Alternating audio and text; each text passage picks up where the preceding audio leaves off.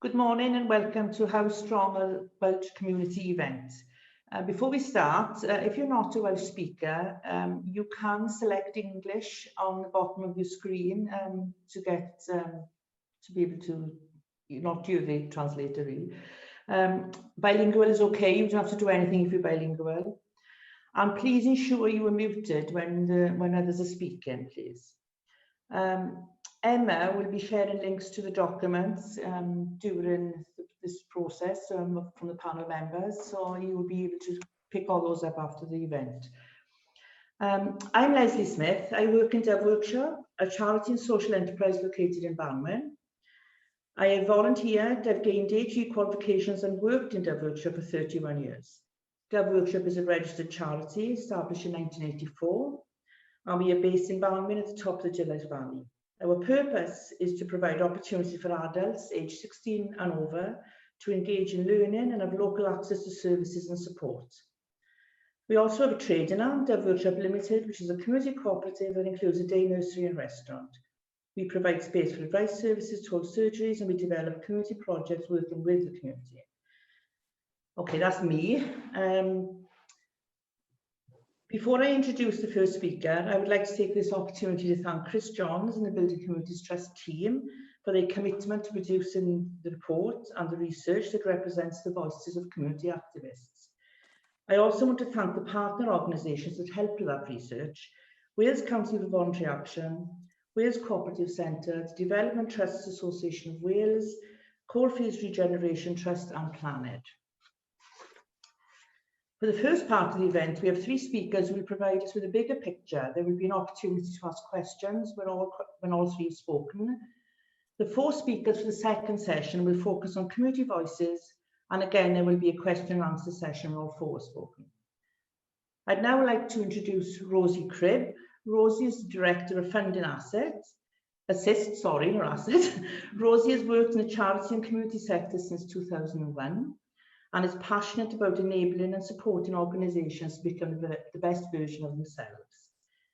Funding Assist overtook the research into mapping community assets in Wales, and Rosie will explain more about the project and its findings.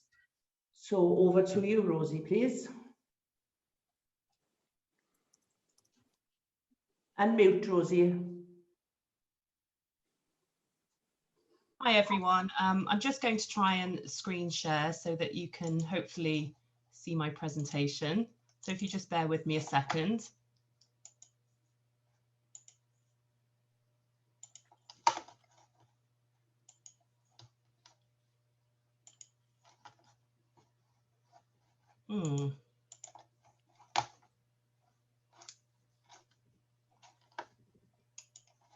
Okay, I don't know quite what's going on here, so I'm going to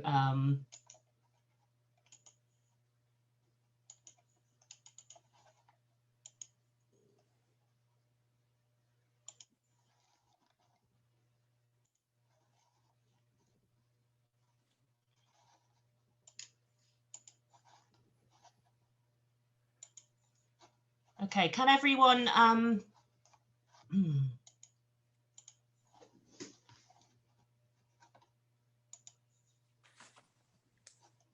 can everyone see that now? Yes. Okay. Apologies about this. I'm just having a few little technical hitches. I just wanted to say a very brief word about myself. I've been working in the sector for about the last 20 years. I started off within the community arts sector, and I've over the years I've worked in a variety of settings, working with social enterprises and charities. In 2011, I went freelance, working around fundraising and supporting social enterprises and charities with a sort of range of support, development support, and particularly fundraising. So I was really delighted to be invited by Building Communities Trust to undertake this piece of work, because it's something that I feel really passionately about. I'm also a trustee of a social enterprise in the valleys within Blaenau Gwent. And I've been part of the growth of that organisation over the last 6 years. So I feel like I've got quite an inside knowledge of some of the challenges of the sector. I just wanted to say thank you to various people that have helped with this study. So thank you to Building Communities Trust First for inviting us to undertake this piece of work. Thank you to my colleagues, Graham Davis, Dr. Sam Edwards and Chrissy Nichols, who have supported the mapping exercise, which was quite some undertaking. Thank you to all the people that participated as case study interviewees. I think there were 12 case studies in the end that we undertook. Thank you to all the support agencies, Coalfields Regeneration Trust and the Development Trust Association, Wales Co-op Centre, the WCVA, Planed, and of course all the CVCs across Wales that helped us with the process of identifying the different assets. Some of the challenges that we experienced would be, firstly, how do you identify what a community asset actually is? What would the criteria be for selecting what we included within the mapping exercise? Because of the vast nature of the sector, we had to really have some exclusions, and that included sports clubs and village halls, and also faith-based organisations, purely because it would otherwise have just been far too sort of overwhelming process within the scopes of the project. So it's not to sort of underplay any of the contribution that those other sectors make, but really we'd be talking about mapping probably tens of thousands of assets. So I think that's another exercise. Measuring such a sort of diverse and idiosyncratic sector, you know, it's quite hard to fit community assets into any sort of box because everyone is so unique and different in its own way. Also, there was a lot of assets which we realised weren't probably on any previous list or directory. So the sort of the hidden assets, if you like, the sort of ones that we had to track down and talk to people in the know to find out what they were and who the people were involved. Also availability of data, you know, we wanted to try and find out, for example, exactly how many community asset transfers there were, what the structure and turnover were of different organisations, and it wasn't always possible to find that information. So in total, we mapped 443 community assets across Wales.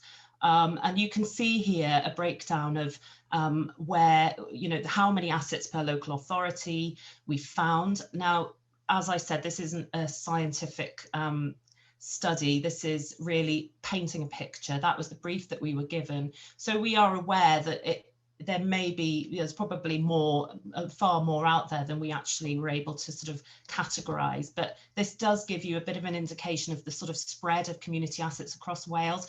You know, at first I felt that there was definitely a pattern emerging of more rural areas sort of having more community assets, community-led assets, with Gwynedd and Powys having the most incidents of them. But actually, you know, there were Rhondda and Taff was way up there as well, and you know, conversely Monmouthshire didn't have very many at all. So yeah, it was quite interesting, but I think also that there needs to be further exploration perhaps of, you know, what environmental aspects kind of help nurture community assets. We saw a good level of sustainability across the sector whilst looking at income and the years of operation that they'd been in. And so 40% of the assets have got an income of over £100,000 a year, and 25% are sustained on less than £20,000. So I think that also shows the sort of unique nature of the sector in being able to run things very sort of sustainably and at low cost with volunteers helping in most cases. In terms of the years of operation, 83% of assets have been in existence for over 6 years and 35% for over 20 years. So it does seem that there's a good level of sustainability generally within the sector. Some of the key themes that came out of the study, And the most sort of prevalent models, if you like, were community hubs, mixed-use community buildings, often in the heart of their communities. We found 205 examples of those across Wales. Arts and culture, a big sector there. We found 81 art centres and 30 museums that were run by communities, run and led by communities. Tourism, also a growing area of where community-led action is very prevalent, with 47 tourist facilities that we mapped, but I have a feeling that there are many more. And also you can't always categorize things neatly by theme, because there's many sort of overlapping of themes within this. Many heritage buildings, particularly sort of, relating to the sort of Welsh industries of mining particularly, with 53 heritage buildings that we mapped.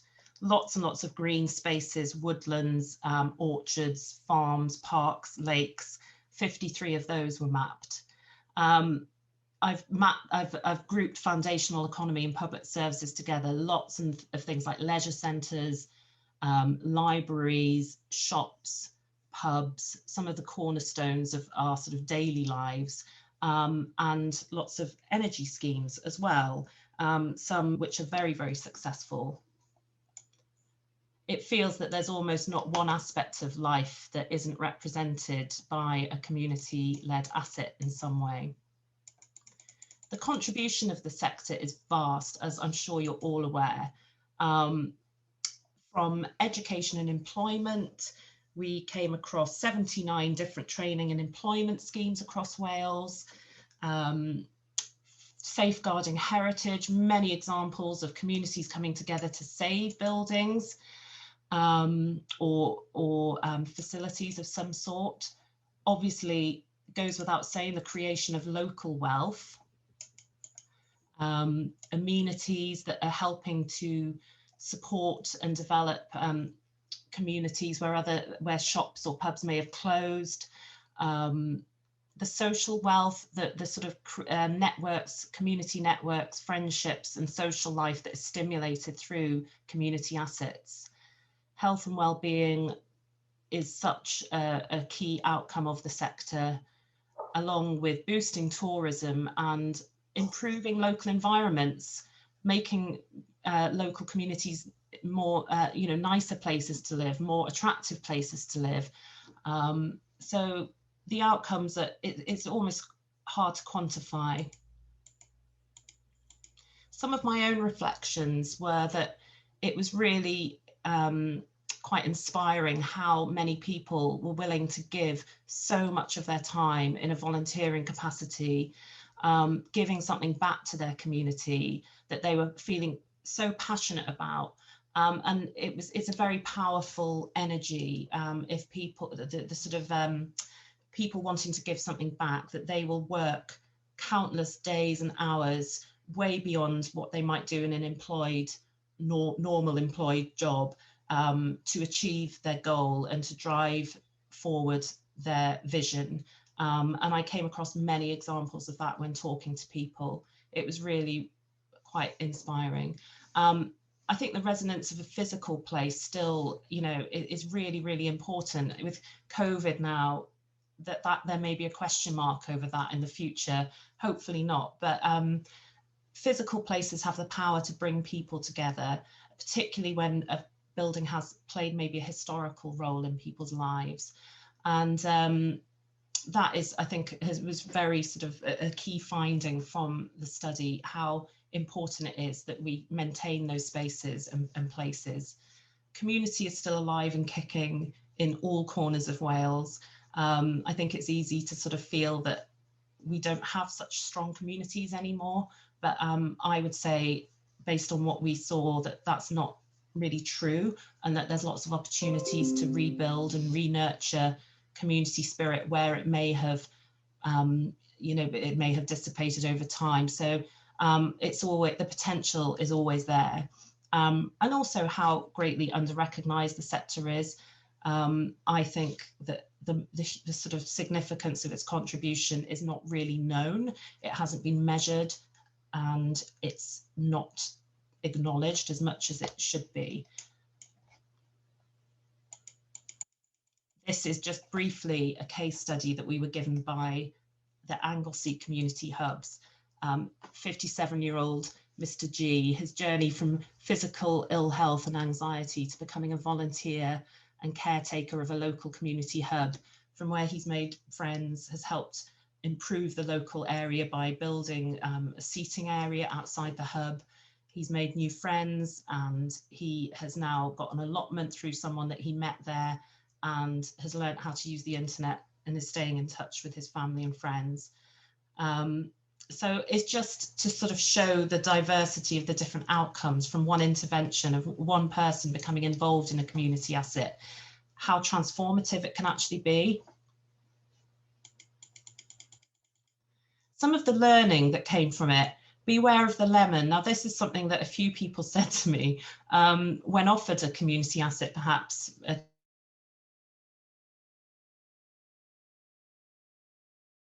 taking on. It may not always be what it seems. So a bit of a sort of warning there. Running a tight ship, good governance, solid planning, and good organisation is really key, I think, in terms of success. Knowing your asset, knowing its history, how it operates, the technical aspects of how it's developed or how it is run, really important. Political astuteness, knowing the political landscape, and sort of having a seat at the table is something that people mentioned consistently. Valuing your people and not underestimating the contribution that volunteers can make. You may have many unknown talents and skills within and entrepreneurial kind of gifts that people have in the community. Learning from others, so seeing asking questions and seeing what's worked in other areas, collaborating as much as possible, and also really meaningful community engagement, meaningful conversations, active listening needs to be practiced all around. Some of the common features that we saw within the community assets that we mapped and did case studies on were often there was a community trigger of some sort for action being taken. Very visionary and determined leaders pushing forward all the time and not giving up. Clarity of vision, really, really important. Keeping in mind the vision at all times so that when times get tough, you still remain focused. Collaboration, knowledgeable, positive and committed support from agencies. I think that was definitely clear where there'd been more of a supportive environment. It had been easier for people to progress and build their asset. Very careful management of resources. We saw lots of examples of people begging, stealing, borrowing, finding ways of managing with very little. Very, very impressive. Having a seat at the table politically within different networks, really helpful. And a positive relationship with the local authority is obviously going to help. Some of the challenges: leadership can be a challenge for many because it often ends up being one person that has to do everything. And I think we've probably all seen cases like that. It's difficult because you need that leadership, but it can also become a burden. And ideally, you want to get to a place where it's the organisation, not the individual, that it's dependent upon. Trustee and volunteer recruitment and finding the right skill set within your management structure can be difficult, and lots of examples of people, having volunteered for years and not being able to find sort of new blood to take over and succeed on from them. Time delays sometimes. Local authorities with asset transfers, lots of things that happen to create time delays, which can then create knock-on effects of issues with funding, etc. And limited ability in some cases to generate the funding that they need. Maybe that's because of a low population in the area, local poverty, perhaps a lack of sort of skill and capacity around fundraising, lack of confidence often. So I'm going over my time, so I just want to quickly refer to some of the case studies here that I was well, I was impressed by all of them, but some of the ones that I just wanted to mention: Theatre Saw in Merthyr, the Welsh Language Centre and Theatre, that went from volunteers selling Welsh language books to the saving of a derelict chapel and a 1.4 million capital build in Merthyr. Siop Cletur in Ceredigion, a disused service station converted into a thriving community-led tourism facility and shop with completely green credentials. Open Newtown in Powys, a very ambitious project, a community land trust taking on a 99-year lease for a 130-acre site in Newtown. Market Hall Cinema in Bryn Mawr, which fought near closure because of an asbestos issue, that has managed to push through that despite losing £150,000 in lost revenue, is going strong. Well, hopefully will be after lockdown, after COVID. And Pentlegare Valley Woods in Swansea, very impressive woodland, community-led woodland that attracts 120,000 visitors each year. So I hope that you can see from that just some of the insight into the sector and how much it should be appreciated and valued, and how much is going on there really, and the dynamism of the sector. I did write a blog as well, which I've left the link for there. So yes, if you would like to look at that, that would be great. Okay, thanks very much. Thank you very much, Rosie. That was really interesting. I need to remind everybody that this is a webinar, so you won't see anybody except the panel. So when it comes to the question and answer side of things, you're going to have to type your question in the Q&A box at the bottom of your screen, please. So thanks again, Rosie. And now I'd like to introduce Chris. Chris Johns is the Chief Executive of Building Communities Trust, which supports community development work across Wales. BCT runs Invest Local, Wales's largest asset-based community development programme, funded by the National Lottery Community Fund and working in 13 communities across Wales. BCT also runs a network of support, learning and advocacy for over 120 organisations. So over to you, Chris, please. Okay. Thank you, Leslie. I think in a moment, Emma may be able to actually, in a sense, tail Rose's really fascinating presentation by showing the map, which yes, because I'm going to. This just gives you the picture of the density of where all the different places are, and this is on the website. And yes, as Emma's trying to show you, you can identify individual assets by their type and highlight all the ones which are, for example, community housing or community green space, or you can show the whole lot. So it's a fascinating tool and does show quite the level of community activity that's going on. I'm actually, though, going to principally talk about the other report which we're launching today, which is the Building Stronger Welsh Communities report, which is the result not of the detailed type of research that Rosie has done, but more of, well, it is qualitative research. It's based on conversations, which we facilitated from November last year to the end of February this year. We just about got our Newport event in before lockdown.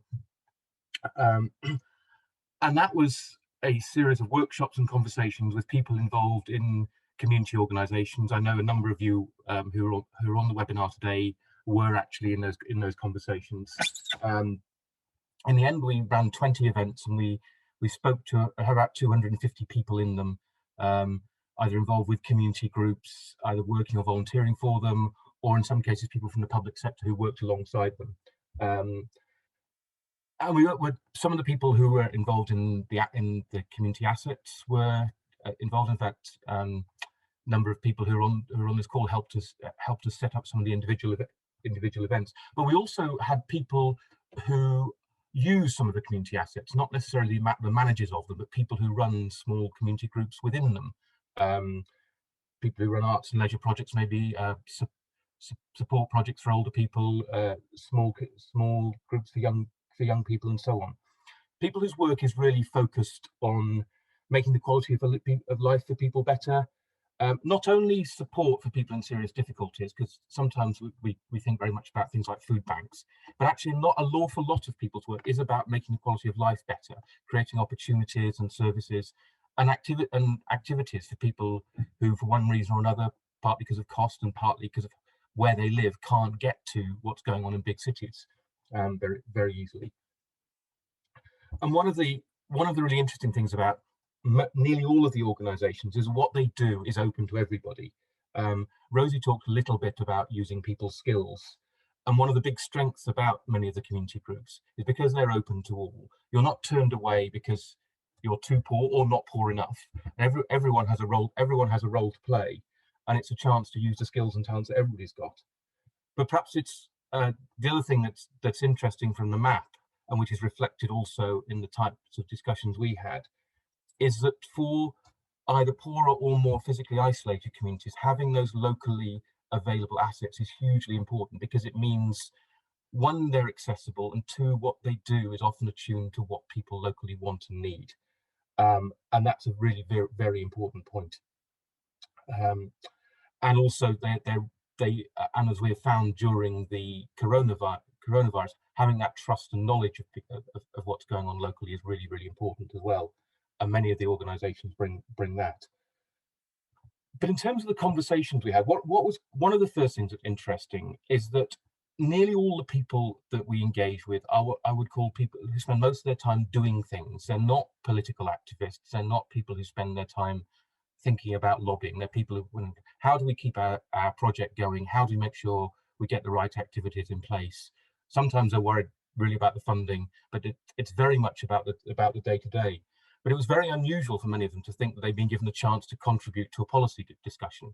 And to a certain extent, what we've got in the report is this sense of groups of people who haven't had much of a say before in things affecting policy, and also have felt a certain degree of frustration and almost being ignored by people who are making decisions. And I think the degree to which their work in communities was juxtaposed with Welsh government talking so much about communities but not seemingly doing much about it, probably brought that frustration to the table. And one of the things that became apparent was that so many groups reporting quite weak relationships with the public sector. And when we unpicked that a little bit more, what was very interesting and offers is both a source of concern and offers hope for the future, is that actually what community groups are trying to do is actually very similar to what public bodies are trying to do. If we're all trying to support well-being and make people's lives better in many ways, but in fact, working cultures and increasing competition for resources are getting in the way of the fact that there are shared goals, and that was a really interesting reflection. We also saw examples of some of the duplication of community-based work being done by public bodies. A new funding stream comes along from Welsh government, and people feel they have to be seen to do something. But also at the same time, we heard examples where community groups were landed with quite difficult challenges because public bodies couldn't cope with them and didn't communicate the fact they were about to refer people with quite complex needs onto them. And those kind of practices, as you can probably imagine, don't do wonders for healthy working relationships. But on the other hand, we also heard a lot of positive stories of effective joint working and co-production. I really won't forget in a hurry the testimony from the Rhondda Cynon People's First groups, who were really full of praise to the local authority, saying how much their voice was actually listened to, and that this wasn't an experience they'd had before, and that was really heartening. And certainly in the social care field as a whole, there were quite a lot of quite interesting examples, as well as some examples of well-supported asset transfer. And of course, everyone in the conversations recognises that austerity had made things much worse. But the scale of challenges has grown, the level of resources in the system has become much more difficult. But also for public bodies, many of the the key staff who often made the contacts with communities before have lost their posts. So the ways of making links between community-based work and work planned at local or regional level have also been reduced due to staff cuts. And one of the things that the report is trying to do is to make a number of suggestions about how we can bridge the cultural and sectoral gap and promote better joint working, at the same time as not removing the autonomy of local community organisations. Because one of the strengths of the sector that Rosie has mapped and the work that goes alongside it is driven by local needs, and most of it is funded outside the public sector as well.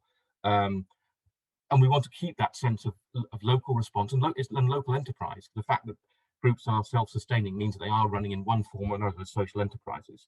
And we did, but it's interesting that nearly all the research was done before the pandemic struck.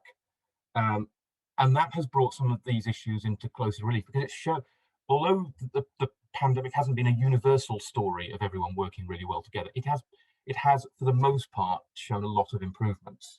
And therefore it shows us what can be done and how we can go forward. I think we felt during lockdown in particular, one of the things that came back to us and some of the research that's been done, some of the conversations we held, was a sense of recognition of the role of community organisations, as well as a welcome injection of funds from both local authorities, Welsh Government and others, which helped with some of the emergency work being supported. But there's a question about people really wanted to build on the improvements about how communities and public sector could work together. So one of the reasons we're launching the report now is, in a sense, there is a chance to recalibrate some of those relationships. And in a sense, the further we go down the road without recalibrating, there's a sense that we'll just drift back into the old ways. And the more we actually take stock of what we've learned and build on that going forward, there's a more chance of more successful working relationships during what is perhaps optimistically called the recovery phase. And I think one of the things that's come back from our programme and from others is that the challenges ahead are felt to be especially severe for poorer communities, where unemployment is likely to go up quite significantly. Quite worryingly, during the lockdown period, quite a lot of community groups have reported finding even more hidden poverty than they expected. And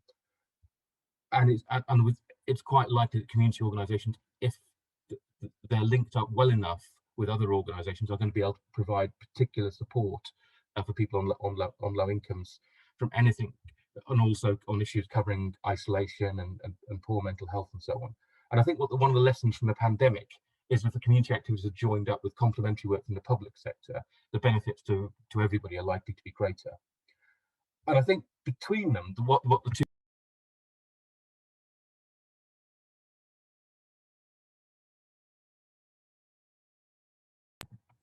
Sorry, my mute went on there. I'm not quite sure how.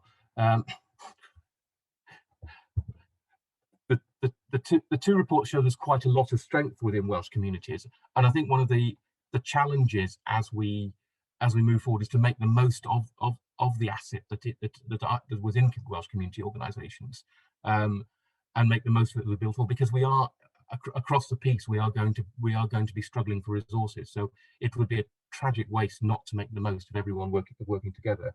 And the report offers a roadmap of how we can do that, to make sure that the considerable strengths we have in communities are used as effectively as possible. Thank you, Leslie. Thank you for that, Chris. Very insightful. I've read the report, both reports, and it's a really interesting read with lots of very good analysis to the situation we're all working in. I want to introduce Peter now. Peter is a consultant whose current project portfolio is focused on working in support of communities, citizens and consumers.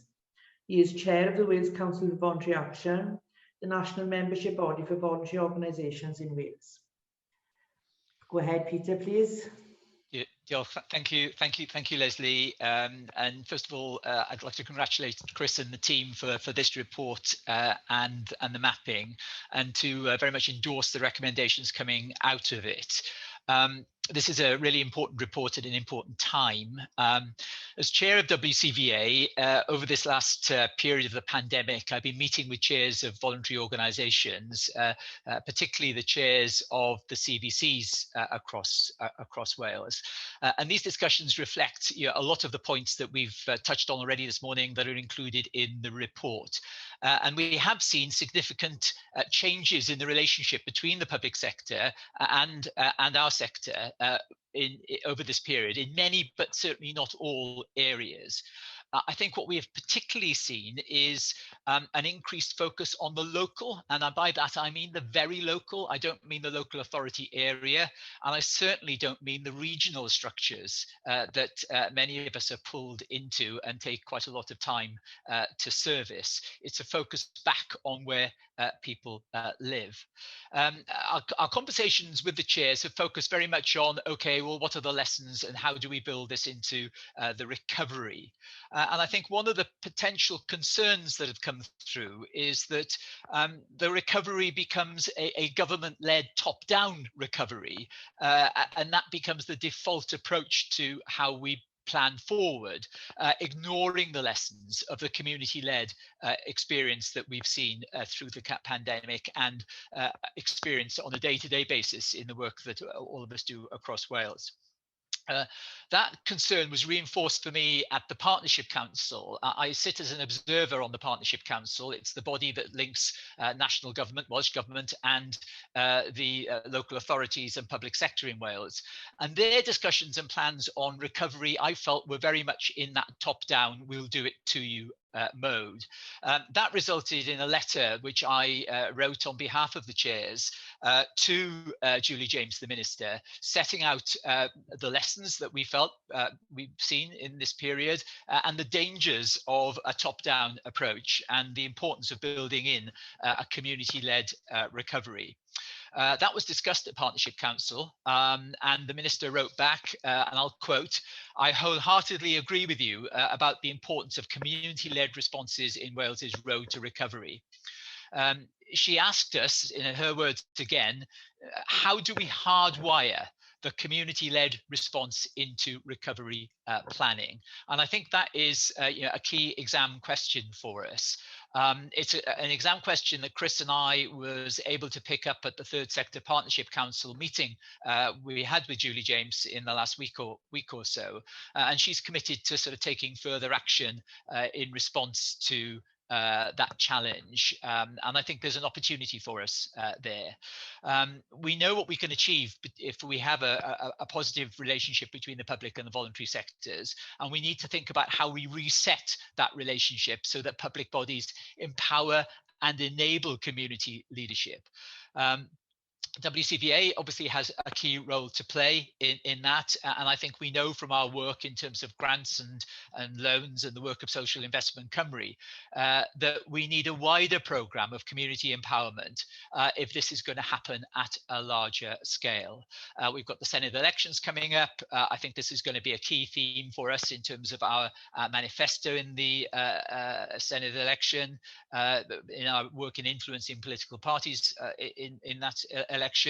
And I know that's shared by organisations in the sector, the CVCs, Building Communities Trusts, Wales Cooperative Centre, Development Trust Association. And I think that's really positive.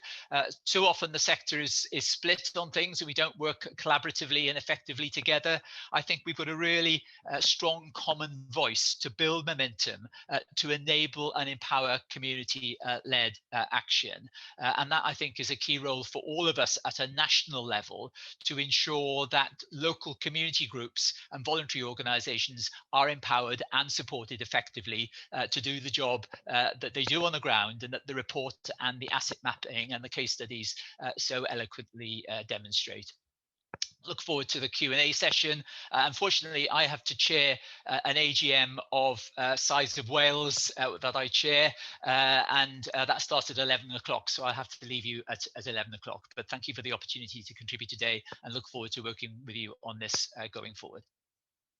Thank you very much, Peter. We'll go quickly then, because we're behind time, but we'll go quickly into the Q&A. We've got a number of questions here. Can everybody see this screen with all the questions and answers on them? Or is it just me?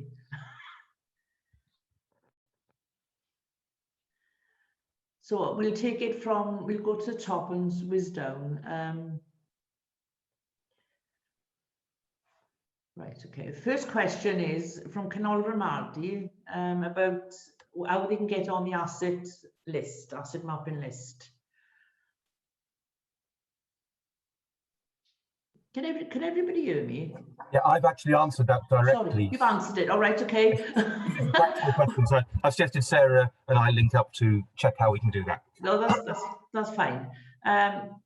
So there's a question on, do border areas have less assets in Wales? Adjoining border areas in England have more assets accessibility. That's Christina. Do you want to answer that particularly?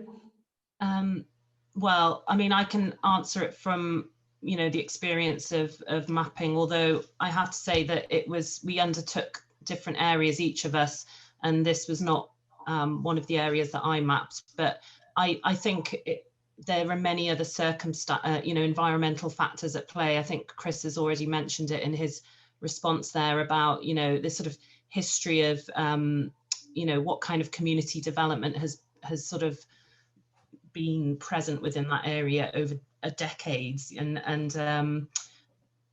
there definitely seems to be something about sort of mid and north Wales area, you know, local authority areas being quite having a high prevalence of community assets, and whether that's to do with sort of small communities needing to find their own solutions, like out of necessity, but why that hasn't happened so much in somewhere like Monmouthshire.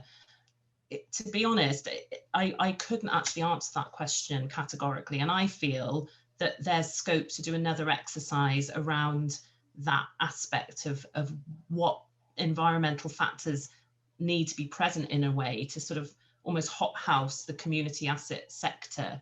I mean, I know that one bit of feedback I did have was that within one area was that they just didn't have much stock, so they didn't actually have a lot of community assets, sort of, you know, buildings available for people to work with.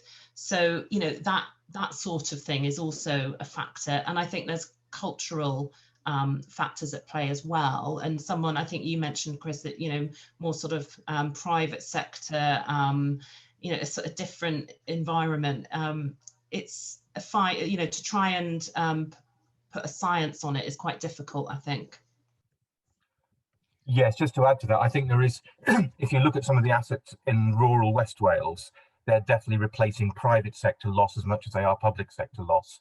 So I do think there is an issue there.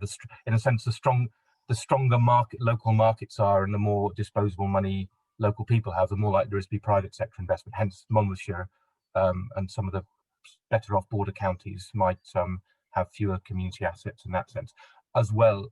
But we've also got a very varied approach amongst local authorities in terms of the degree of support they've given to people developing community assets.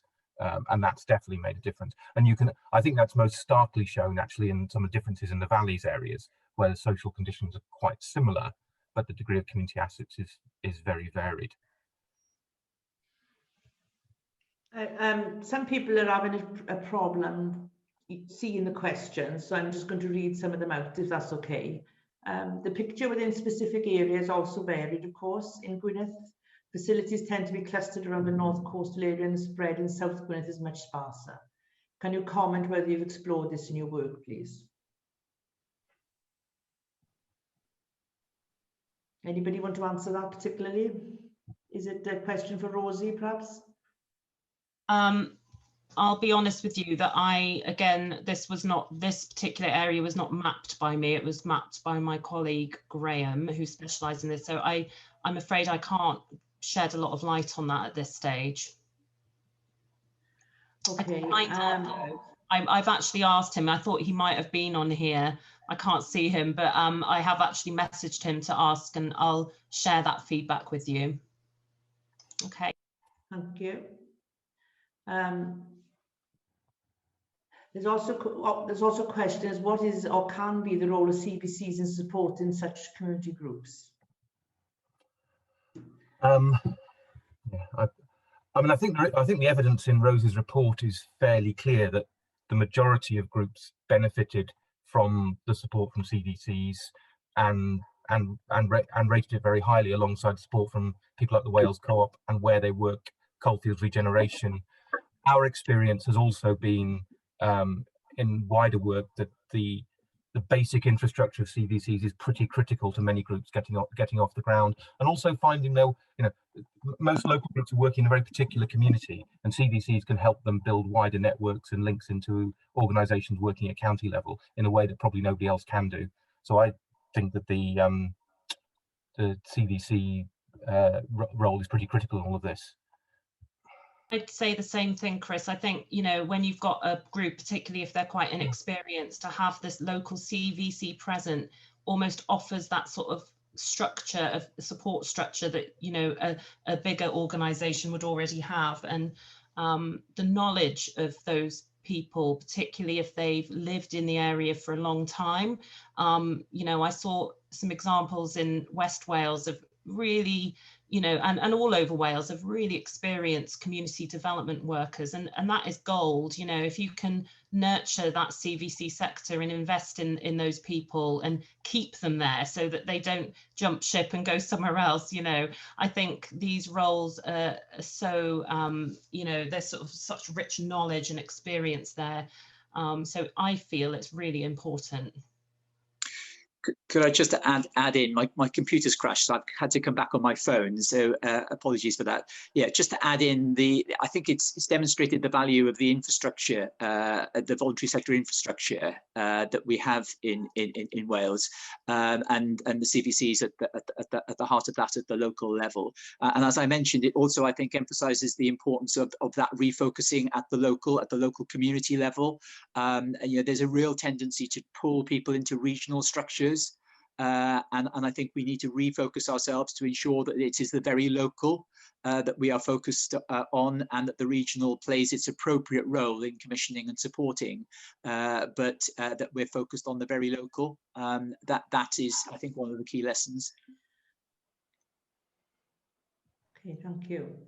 Can I go on to another question? Has everybody answered the question? Actually, there's a question here from Hazel Lloyd Lubran. Any plans to revisit this work in light of COVID and the even greater importance of local supportive facilities in the recovery rebuild phase? Anybody?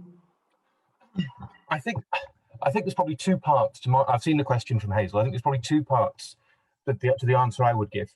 The immediate one is a plan to visit the work is no, if I'm honest, because it was such a resource intensive piece of work. But in terms of picking up Hazel's message and where we go forward, I completely agree with where she's coming from on that. And I do think we need to actively build on the kind of issues she's talking about. And that's what I was talking about at the end of the report. And and one of the big challenges is actually how do we both articulate and articulate the contribution of local community organisations and feed them into the recovery plans. There's an interesting piece of pilot work going on in Pembrokeshire at the moment, which is linking up community-based organisations to the local authority and the health board. And that's the kind of initiative that we and I know WCVA and others are encouraging to be taken forward elsewhere. And I do actually think, and as Hazel comes from a CVC, that CVCs are critical bridges in making all of that possible, although it will only work in the sense that the local authorities see the importance of it as well. So it is something that I hope that we CVCs and community organisations can promote in a number of areas. This is what we're trying to do in sense of making Peter's comment on hot wiring the role of community organisations into the recovery. So we're actually making recovery plans which are identifying the role of community organisations and ensuring that role is understood and respected and resourced where appropriate as well. Okay, thank you. We've got a lot of questions here, but I'm very aware of the time. Should we just do two more and then move on to the next phase, please? We've got one here. How do we hardwire the community response. We need to resource active community people and organisations to enable them to be involved rather than expecting them to give their time for free all the time. Anybody that want to answer that one or discuss it? I mean, yeah. Simple answer is yes, we do. Yes, we do. Organisations don't generally run for free, except for the smaller ones. And one of the things we're calling for in the report, and we hope that the lovely Mr. Rishi Sunak will help us today in his public spending announcement, is the use of the next wave of dormant assets to set up a fund specifically for community organisations. Some of you will know about the existing community assets from dormant bank accounts. Not suggesting we do anything different with those, but the new wave of dormant assets from shares and pension funds, which the UK government have been consulting on over the last 6 months, and they should be ready to make the next steps for the law to release them to the different devolved governments over the next year or two, and that can then give the money for Welsh government to probably working with the lottery to set up a fund specifically for community organisations. And this is a campaign that is being run across the UK, but the funds would be specifically for Wales and obviously separately for England and Scotland. I'd just like to say it's one of the feedback messages from the sector, is especially from some of the smaller assets that are very much sort of volunteer led, is to have a small sort of revenue fund would make a huge difference. You know, I've seen so many examples of people doing so much with so little in a way that you wouldn't be able to do within a sort of local authority structure yet. You know, there's so it's a big source of stress for small organisations, sometimes trying to make ends meet, particularly in sparsely populated areas where there might be a lot of poverty. So it's just, if there was a way in which that could be facilitated, that I know that there's a lot of people I've spoken to out there who would very much appreciate some sort of grant or revenue funding that wasn't dependent on writing a big application for funding, which a lot of people just don't have the skills to do, and they don't have the time. So yeah, just wanted to chip in there. Yeah, if I could just add on to that, I think that key point there, worth looking at the Carnegie Trust's work, Foundation's work on the enabling state. You know, what does government need to do, both national and local, to enable community-led action? I think we've had a bit of a tradition of too many top-down interventions with national contracts, people paraching and shooting in on short-term contracts to local areas rather than building local capacity. And I think we also need to look at examples, you know, in terms of Scotland. You know, they have the community empowerment legislation there. You know, do we need legislation, or do we need the Wellbeing of Future Generations Act to be strengthened or to work more effectively, given the involvement principle that exists in that act? And I think, you know, a new administration, next administration, you know, these are key issues that we need to make sure from the sector that clear messages going in consistently from all the key bodies, local, regional and national. Okay, thank you. There are a few questions on here related to specific help for organisations. So I think, can we save these questions so we can go over them afterwards, because you won't have time to address them? Yeah, I've answered a couple of them, suggesting we talk offline. That's great. So there's one more. There is from Christian. Any observation with gentrification when overlaid with the asset map? That's the last question. A very good question. And almost certainly to a degree. One of the challenges that communities face is essentially a competition for land, and I think one of the reasons why it's hard to get asset transfers in the cities is that land is more valuable to local authorities than it might be at the top of some of the valleys, for example. And in a sense, it's a real challenge to get the value that community organisations will add to be taken into account when you're selling a piece of land. One of the really interesting things about dealing with any local authorities on this in detail is often the split between people in, say, a regeneration department who might be quite interested in selling a piece of land to a community group that will provide a support service for the next 20 years, and the estates department who want to maximise their income next week from selling it to the highest bidder. And that is an interesting area where the Future Generations Act needs to be working more effectively to recognise the full value. But at the same time, I do understand the financial pressures on local authorities. There is absolutely a challenge, as Christian says, and we need to make sure, as far as possible, that public policy through the organisations that own the land are taking into account the contributions that communities will make versus the pressures to sell to the highest bidder. And unfortunately, if we're talking about private transactions between private landowners, there's not much we can do about that. I know Cwmni Bro Festiniog did fantastically well in buying the side of a mountain for their community mountain track before Zipwire got in there, which meant Zipwire had to live with the fact they didn't own the mountain. But that's quite a rare example. Anybody else want to chip in there, or no? Okay, thank you very much for answering the questions, and thank you for the questions that have come in from everybody. We're now going to move on to the next session. And the first speaker for the next session is Meleri Davies. Meleri is Chief Officer of Partneriaeth Ogwen, a social enterprise working for the benefit of the community, environment and communities of Dyffryn Ogwen. Partneriaeth Ogwen was established in 2013 to provide a clerking service for 3 local community councils in the area, as well as developing community projects. Since then, the organisation has opened the Ogwen office and Shop Ogwen on Bethesda High Street. It also manages properties including flats, businesses and the Dyffryn Ogwen Community Library. It has also received developed environmental projects, and led to the development of the highly acclaimed the Ogwen Community Hydro Scheme. Over to you, Meleri, please. Diolch, Leslie. Thank you. Dwi'n mynd I fod yn siarad Cymraeg, felly y cam cyntaf ydi just sicrhau fod pawb yn defnyddio'r gwasanaeth cyfieithu.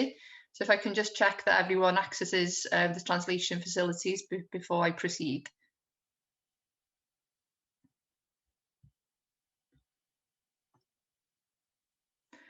Dwi'n gobeithio fod hyn yn gweithio. Meleri dwi, a dwi yn weithiwr cymunedol, yn byw yn Bethesda ac yn gweithio yn Bethesda, Gogledd Cymru, a dwi'n falch iawn I fod yma heddiw ac yn ddiolchgar I BCT am y gwahoddiad, ond hefyd I gwaith caled nhw dros y sector cymunedol. Mae teitl y digwyddiad yma heddiw yn arwyddocaol Cymunedau Cryf Cymraeg, Strong Welsh Communities, a mae'n arwyddocaol am sawl rheswm dydy. Yn un peth, mae'n cydnabod yn bodolaeth ni, ac yn ail, mae'n dechrau bwynt cadarnhaol dydy. Dio ddim yn canolbwyntio ar yn tlodi a'n difreintedd ni, mae'n canolbwyntio ar yn grym cymunedol ni, a'n hyder cymunedol ni. A dyna'n sicr, da ni'n neud yn Dyffryn Ogwen, a be mae Partneriaeth Ogwen yn trio neud hefyd, sef canolbwyntio ar godi hyder yn cymuned ni a cydweithio efo'n cymuned ni I greu dyfodol gwell i'r ardal. Iawn, dwi'n gobeithio bod y cyfieithu yn gweithio. Pawb yn iawn? Yeah? Okay. A dwi'n am ddechrau hefyd o bwynt o ddathlu cyfoeth yn hytrach na canolbwyntio ar dlodi. Dyma Dyffryn Ogwen I chi, dyma Bethesda, y tirwedd anhygol, y mynyddoedd, yr garn a'r gildera yn Nant Francon yn y cefndir, yn economi, a'n treftadaeth chwarelyddol ni, dyma chwarel y Penrhyn, mae Zippold na hefyd, a dyma gymuned de, dyma gartrefi a dyma bobl yr ardal, dyma lle da ni'n byw ac yn ei garu. Mi nathon ni'n ddiweddar wneud astudiaeth cymunedol, darn o waith ansoddol iddo, ond dwi eisiau rhannu'r ystadegau yma efo chi. Mi roedd 82% yn teimlo i bod nhw'n perthyn i'r gymuned yma. Allan o'r sampl, dim ond 42% oedd wedi cael ei geni a'i magu yn y Ffryn Ogwen. Mae yna lot o bobl yn symud i'r ardal. So mae'r ganran yna, 82% yn teimlo i bod nhw'n perthyn i'r gymuned, yn rhywbeth da ni'n teimlo, da ni'n ymyfrydu yn hynny. Roedd 83% hefyd yn teimlo fod rhywun yna i'w helpu nhw os oedden nhw angen. Ond 85% yn credu bod Dyffryn Ogwen yn ardal gyfoethog o ran iaith, diwylliant a threftadaeth, ac oedd 87% yn cytuno bod cyfle yn y Ffryn Ogwen i greu amgylchedd a chymdeithas cynnaladwy. A pam dwi'n rhannu hyn, dwi'n gwybod bod fi fod i ganolbwyntio ar asedau, ond dwi angen pwysleisio hyn, mae yna gyfoeth yn ein cymunedau ni, a mae rhaid i ni ddechrau cydnabod a dathlu hynny. Felly, chydig o gefndir, da ni'n menter gymdeithasol, di cael yn sefydlu tua 6 mlynedd yn ôl. Di cael yn sefydlu gan 3 cyngor cymuned yn gweithredu'n arloesol, dod at ei gilydd, pwlio arian clercio, a defnyddio yr arbediad effeithlonrwydd wedyn i gyflogi swyddog datblygu, sef fi ar y pryd i weithio 2 ddiwrnod yr wsos i datblygu prosiectau. Ers hynny, da ni wedi tyfu a thyfu. Hwn oedd y prosiect cyntaf, sef y swyddfa biws ar y stryd fawr, prynu'r ased yma efo grantiau, mae swyddfa'r heddlu lawr grisia, swyddfa partneriaeth Ogwen ar y llawr cyntaf, a wedyn fflat hunangynhaliol i berson lleol ar y llawr ucha. A mae hwn yn batrwm da ni wedi i ddatblygu ar gyfer yn cynllun busnes ni fel sefydliad. Da ni bellach efo 7 eiddo masnachol yn ein meddiant ni. Nifer o'r rheina yn drosglwyddiadau asedau gan fenter gymdeithasol arall oedd yn dirwyn i ben, menter gymdeithasol adwy oedd honno. Rhai o'r asedau yn asedau da ni wedi prynu, a ambell eiddo hefyd yn drosglwyddiad ased gen y cyngor sir lleol. Felly cyfuniad o adeiladau masnachol, yn unedau masnachol a hefyd fflatia. Da ni yn cadw y rhent yn fforddiadwy, mae hynna'n eithriadol o bwysig i ni, mwyn cefnogi bobl leol, ond hefyd cefnogi yr busnesau meicro. Na i drafod y llyfrgell y munud. Canolfan Cenfaes, mae hwnna'n drosglwyddiad ased da ni wedi bod yn drafod efo Cyngor Gwynedd ers 3 blynedd bellach. A da ni bron ar ddiwedd y daith i arwyddo prydles ar y trosglwyddiad ased yna. A da ni'n edrych ymlaen i hynny ddigwydd. Yn sicr, beth sy'n bwysig i ni ydy perchnogaeth leol a sicrhau bod y stoc tai, y stoc eiddo yma yn aros mewn dwylo lleol ac bydd yn cymuned ni. Felly, jyst nodyn am y llyfrgell, nathon ni ddechrau'r drafodaeth tua 3 blynedd yn ôl efo Cyngor Gwynedd, ac oedd y trosglwyddiad ased yma yn eitha rhwydd o gymharu â Canolfan Cenfaes. Da ni wedi cymryd yn y lle cyntaf prydles 3 blynedd ar yr eiddo, ond ers i gymryd o ymlaen, da ni wedi newid yn llwyr sut da ni'n defnyddio'r adeilad yma. Yn flaenorol, yr unig beth oedd yn digwydd yna oedd gwasanaeth llyfrgell rhan amser mewn un cornel o'r adeilad. Bellach, da ni'n rhentu tamad o'r eiddo i busnes lleol. Da ni efo ystafell gymunedol, lle mae yna lot o weithgarwch cymunedol yn digwydd a grwpiau yn cynnal gwahanol weithgareddau.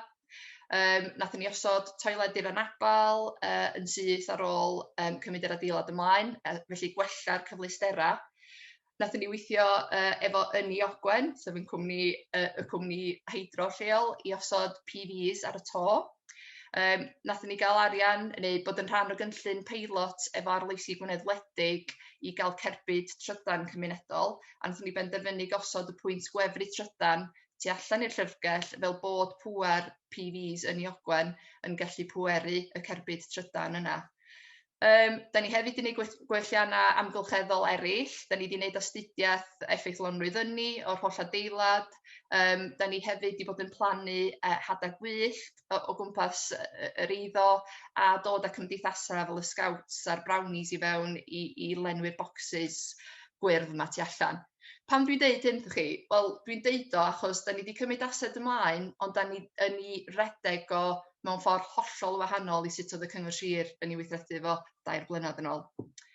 A da ni'n gwneud hynny'n driw i'n egwyddorion ni hefyd, sef datblygu cynaladwy, datblygu cymunedol. Chydig bach mwy amdano ni, mae adfywio ysbryd fawr yn eithriadol o bwysig i ni, felly dyna pam bod cefnogi busnesau micro sydd yn yr asedau yma sy'n yn perchnogaeth ni mor bwysig. Da ni hefyd yn rhentu eiddo, so da ni'n rhentu'r uned yma ar y stryd fawr a wedi gwneud hynny ers blynyddoedd rwan i redeg siop greffta gymunedol. Mae hwn yn sialens achos mae rhedeg unrhyw busnes ar stryd fawr yn anodd. A da ni'n gwneud hynna, da ni yn ddibynnol ar gefnogaeth gwirfoddolwyr i redeg y siop yma. Mi nath Leslie grybwyll yn ei ogwen, a mae'n debyg hwn di un o brosiectau pwysica i fi fod yn rhan ohono fo erioed, a mae di newid y mywyd i fod yn onest, ond mae hefyd i cyfrannu sylweddol at hyder yn cymuned ni wrth i ni fynd ymlaen i ddatblygu nifer o brosiectau amgylcheddol. Felly, yn ei ogwen yn brosiect Hydro, a partneriaeth ogwen fi'n gyfrifol yn y blynyddoedd cyntaf i ddatblygu cynllun yn ei ogwen. A be ydi o? Ydi cynllun sy'n troi'r dŵr i'n melyn yn hunan, defnyddio'r llif a pŵar yr afon ogwen i gynhyrchu 500 megawatt hour o drydan bob blwyddyn, a ail-fuddsoddi yr holl elw mewn prosiectau cymunedol ac amgylcheddol yn y Ffryn Ogwen. I adeiladu'r cynllun yma, oeddwn ni angen swm sylweddol arian, sef y ffigwr yma ar y sgrin, a nathon ni lwyddo i godi y swm yma mewn cwta ddeufis.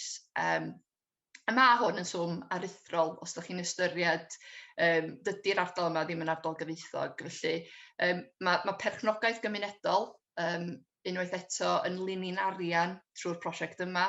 Mae gennym ni dros 300 o aelodau yn ei ogwen. Maen nhw'n cael 300 o log ar ei buddsoddiad bob blwyddyn. Felly mae'r arian yna yn cylchdroi yn cymuned ni.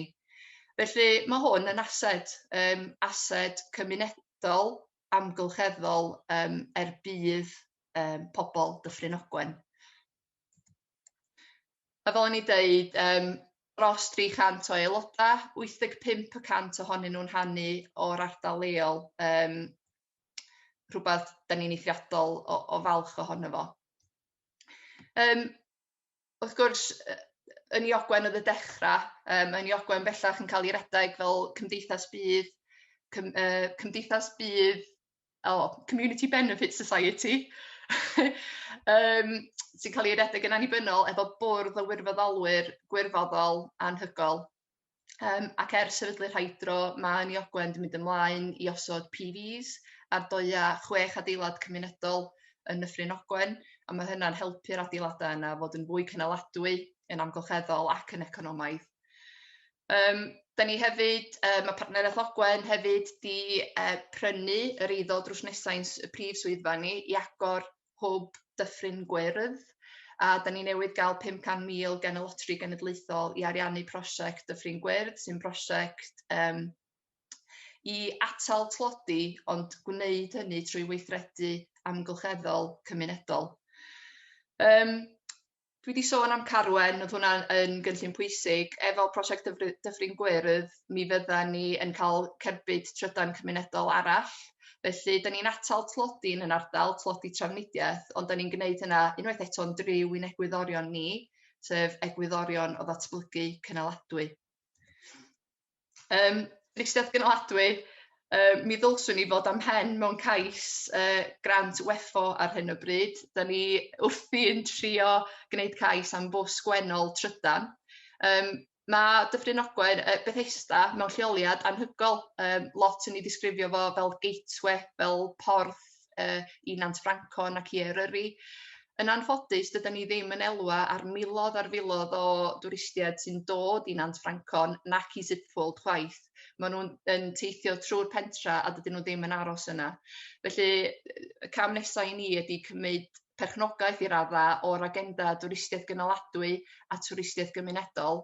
A mae'r bws gwennol trydan yn rhan o'r weledigaeth yna, ynghyd â prosiectau eraill da ni'n drafod efo Dolan, sef criw Blaena a criw Penn y Groes, lle da ni yn ystyried prynu adeiladau, so prynu bythynod gwyliau, mwyn cadw'r stoc tai yn lleol yn y lle cyntaf, i rhedeg nhw fel bythynod gwyliau i ddechrau gan ddefnyddio unrhyw elw i brynu fwy o dai cymdeithasol. Felly mae hwnna'n brosiect pwysig, dwi'n meddwl, am ein ddyddiau cynnar, ond dwi'n meddwl bod o unwaith eto yn dangos hyder ac arloesedd, dim jyst yn Bethesda, ond yn Penn y Groes a Blaena hefyd. Da ni yn cyflogi nifer o staff bellach, felly o'r egin na'n y dechrau gyflogi un clerc rhan amser a finna fel rheolwr prosiectau rhan amser, da ni bellach yn cyflogi 13 o staff a da ni yn tyfu. O ran ffrydiau incwm, mae incwm rhent, mae hwnna'n, swn i'n deud bron yn dreian os nad mwy o'n incwm ni rwan. Da ni hefyd yn cael incwm cynaladwy trwy wasanaeth clercio, ond da ni hefyd yn dechrau cynnig wasanaeth ymgynghorol, lle da ni'n helpu busnesau a mudiadau lleol i dyfu am ffi. Felly mae hwnna yn rhywbeth da ni yn datblygu ar hyn o bryd.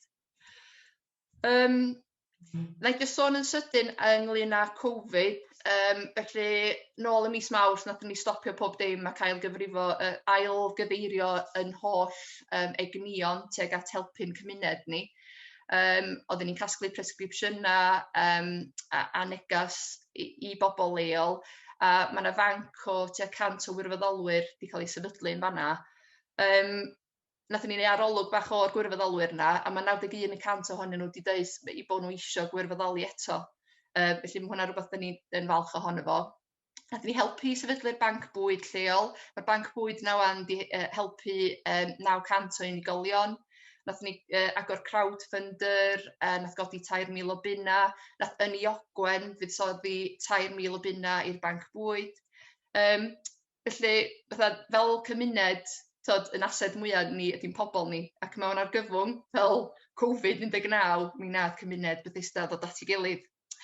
A na i jyst crybwyll yn sydyn prosiect Cadwyn Ogwen, felly nathon ni ailgyfeirio grant Arfor, grant oedden ni yn bwriadu ddefnyddio i helpu busnesau lleol, ond be nathon ni oedd sefydlu Cadwyn Ogwen, sef platfform ar-lein i werthu cynnyrch busnesau lleol a'i danfon nhw yn lleol i gartrefi mewn cerbyd trydan. Felly yn wreiddiol, oedd hynny digwydd yn cerbyd arloesi Gwynedd Wledig, bellach na Zipworld, chwarae teg iddyn nhw. Maen nhw'n rhoi menthyg fan i ni am gyfnod i ni barhau i wneud y danfoniadau yma. Mae o'n brosiect pwysig, ers mis Ebrill, ers i ni setio hwn fyny, mae yna 25,000 arian wedi cael ei gadw yn yr economi leol, dros 1,000 o gartrefi wedi cael parseli i'w danfon iddyn nhw, ac wrth gwrs hefyd yr arbediad carbon na. A mae hyn rhywbeth da ni'n trio i fesur, dim jyst mesur pethau yn ariannol, mae'n bwysig bod ni'n mesur gwerth cymdeithasol yn gwaith ni a'r gwerth amgylcheddol. Dwi jyst eisiau gorffen efo'r sleid yma. Mae pob dim da ni'n neud yn gydblethiad o gymuned, iaith a diwylliant, yr amgylchedd a'r economi. A mae hwnna yn gorfod bod yn linyn arian cytbwys trwy'n holl prosiectau ni. Ond y peth pwysica ydy bod ni'n cydweithio, a mae'r cydweithio yna, am flynyddoedd, da ni wedi bod yn Penn a lawr, yn gweithio'n lleol, a yn y blynyddoedd fwy diweddar, dwi wedi cael dipyn o gyfle i weithio efo'r BCT, ond gweithio efo criw Penn y Groes a Blaena, ffurfio cwmni Dolan rwan, gweithio ar brosiect llechi glo a chen gwlad efo mentre cymdeithasol ar draws Cymru, a mae'r cyfoeth dwi'n gael o'r cydweithio yna jyst yn anhygoel. Felly, dwi am orffan ar y nodyn yna, dod yn ôl full circle, os liciwch chi, i'r gair cyfoeth cymunedol yna. Felly, diolch yn fawr am eich amser. Diolch. Well, thank you very much, Larry. That was really inspirational. It's an excellent example of what you can achieve when you work together in a community, and everybody who was sending comments were blown away with what you've just shown them. So really well done and fantastic. Thank you. Obviously, questions again at the end of the four presenters. So the next presenter is Peter Luellen. Peter is a trustee of Hubberston and Hackin Community Centre. The centre was on the brink of closure until local people decided to save this vital community asset. Today, the centre has become a vibrant community hub with well-being at the heart of its activities.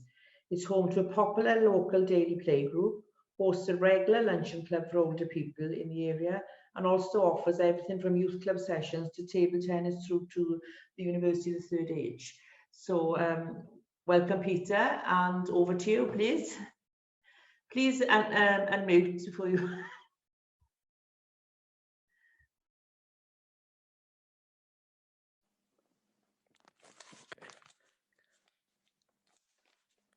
Good morning. My name is Peter Luellen. As described, I've been a trustee at Hubberston and Hackin Community Centre now since April 2018. But the pitted history really of the centre goes back as far as 1928 when it was a memorial hall. A piece of land was given to the community to build the memorial hall following the First World War. Since that time, the Memorial Hall remains an important part of the community, but the centre has been extended at various times when the local authority input, when it became a further education centre in 1969. 1989, it achieved charitable status, but in 2015, there was a real concern in the community that the centre would close. The local authority decided that they could no longer invest any money into the centre. And at that time, of course, Invest Local came on the horizon, and with their support, really, we had some confidence in taking forward a charitable incorporated organisation in 2016. We then took out a short-term lease of the building in 2017, and the community asset transfer actually took place in July 2018, where we, as half a dozen trustees, took over the responsibilities for the running of the building and to try and make a success of it within a community with all the usual difficulties in terms of high unemployment, high rates of child poverty, etc. During those 2 years since we actually became fully responsible for the centre, in the first year, during 18-19, we showed a promising increase in usage in terms of the centre again becoming the main focal point of the community. But in our second year, we actually sort of doubled our income in terms of the higher costs and everything that was being brought in. And we became far more efficient in the way that the building was being run in terms of reducing our utility costs in particular. But the whole ethos, as Larry said in the previous presentation, which was, I must say, was very inspirational, was that it's around partnerships and collaboration. And I think we have so many partners to thank really in the journey that we've already been on. Building Communities Trust were sort of obviously key members and continue to be key supports in terms of how the centre develops. The refurbishment of the centre that's taken place, the disabled access that's been refurbished, and the installation of the long-awaited defibrillator in the community is down to the funding we've been able to ascertain from the Invest Local Forum. Our other key partners also, and I can't speak sort of highly enough really of Sustainable Communities Wales. Little did I know that one visit from one of their offices would result in such a positive support, which obviously was around how a resource efficiency report resulted in us during this lockdown period. We've been able to install 33 solar panels. We've renewed our new boiler, and we've also got now zonal temperature controls, which again makes the building far more efficient. But our biggest partnership really is with the local community, because during the time that up to the pre-COVID period, we were having something like 260 people using the community centre each week. The backbone of the community centre has always been the Little Acorns daily play group, which with the support of Flying Start support up to 58 children per week. But it was the other elements really that came to the fore during this time, was the partnership with people like the University of Third Age, who have table tennis, walking, football, a gardening club within the centre now. The church, which is almost coterminous with us on the green in Hubberston, has absolutely been a fundamental part of the work that we do, particularly at times recently now with remembrance services, etc. But it's also the third sector as a whole. It's not only the ones that you feel that are the more well-known third sector organisations, but people like Action for Children, Alzheimer's Society and Mind, but it's also the smaller third sector organisations that now form a very sort of cohesive part of this way that the community centre runs. The local authority, who are very good in terms of the transition from the community asset transfer, now use the centre regularly through their education department. We have children who need one-to-one support. They actually come to the community centre for that support now instead of going to the school. The health boards, child and adolescent mental health services now use the centre. And we've also got the private sector. We work very closely with organisations who provide residential care for adults with learning disabilities. They come to the centre twice a week during normal times for cooking and other activities, which is actually rewarding and very humbling indeed. Youth services, which was a big part of the previous community centre activities, is back, and it provides a drop-in service twice a week. And obviously there are lots of services. We link in with Tesco's in terms of coffee mornings. We have a tea and tow service for basic foot care, and we've been very grateful for the support that we've had from our local CVC and in particular our community connectors in terms of the support that we've had. Lo and behold, on the 23rd of March this year, our progress was stifled, to say the least, when the COVID pandemic hit us locally. But instead of sitting in our hands really and feeling sorry for ourselves, we took advantage of that time by looking at what funding could be ascertained or accessed. Again, by working very closely with Pembrokeshire Association for Voluntary Services, we were able to access funding from the local authority and from local businesses such as Southhook LNG, the Port of Milford Haven, Flying Start and Bluestone. And we've actually sort of spent and accessed something in the region of £40,000 since March in terms of enhancing the centre. We've also had good links with the WCVA in terms of accessing some money for the Resilience Fund, Community Foundation Wales more recently, and certainly again through PAVS, the Supporting Community Action Fund. All those elements of funding now cover us for the loss of income that we have, not in totality, but certainly gives us a base from which to work from, that we are sustainable until we know the full impact of COVID. That means that our costs for the Resilience Fund were spent on our CCTV and our insurance for the full year. The Community Foundation Wales covers us for our utilities for 12 months in terms of half those costs. And the Supporting Community Action Fund provides us with all our cleaning and costs for the next 6 months. It's just reassurance really that we are sort of being able to continue at a time when our income has been decimated by the fact that we're not able to host all the activities we would normally do. Very quickly, in terms of current developments, we're finalising our memorial garden, which has been refurbished by our walking footballers. They're volunteers, they come and help us. We're indebted to a local businessman who gave us a very generous donation for us to have a World War I bench, a beautiful bench within those memorial gardens, and to Milford Haven Town Council for a chat bench as well, which makes it now an idyllic scene when the weather's nice and things are back to normal, that people can meet informally outside.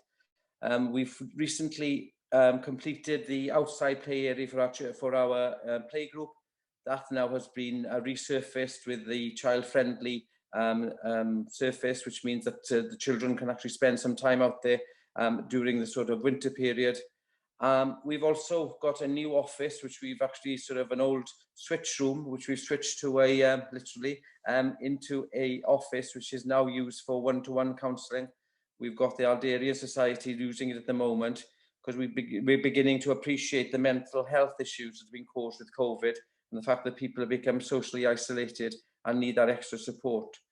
But a key partner in the last 3 to 4 weeks, we've been talking to Arbid and Bith, who saw our resource efficiency report and have now offered to support us with changing all our lighting to LED lighting, to looking at all our water heaters being replaced, having the building fully insulated, cisterns replaced, taps replaced to make sure that we're as efficient as possible, PIR lighting in toilets, etc. So that again has been done at a time when we were closed, but it's very much welcome that we've got a new partner in Arbed. And we've also promoting access now that when our toilets have become a public toilet when the centre is open, there are no public toilets in the Hubbardston Haken area anymore. So we're beginning to work with the community there on how that could be easily introduced. Future challenges, I think, is promoting the centre during these difficult times as being business as usual, and that normality will come back at some stage. We need new volunteers. We're only half a dozen new volunteers. We have a secretariat, a chair and a treasurer who do all the work for the centre really as volunteers. We need to maintain the centre. It's an old building. There will always be pieces of work that we need to do it. And our ideal message going forward is that we can go back to those pre-COVID activity returning to the centre. And when we do have our new build, we're having some extensions, some major works doing that we don't disrupt the centre. The future developments, we're in the process of appointing a quantity surveyor for our extension, which is funded, has been awarded through BCT and through the Invest Local Forum. We're looking at that work being carried out as easily as possible to ensure that the centre does not lose any momentum when we're actually reopening again. We're looking at a community fridge development with our local partners in terms of a local homelessness programme. During the summer months, we had a holiday hunger programme for young families and children and vulnerable young people over the summer holidays, which was hugely successful. So we hope to build on that in the future. We continue really to want to re-energise the community, to give them the confidence the community centre is here to stay and it is their facility, and that it remains a low-cost, sustainable model going forward. We don't charge a lot for the use of the centre. That means that people can access it from whatever background, whatever their level in terms of poverty or otherwise. And as Valeri sort of eloquently said before, it's the 5,000 people that live within the area of the community centre, our greatest asset. All we've done is safeguarded the bricks and mortar for them to have a centre which they can use as a hub for the future.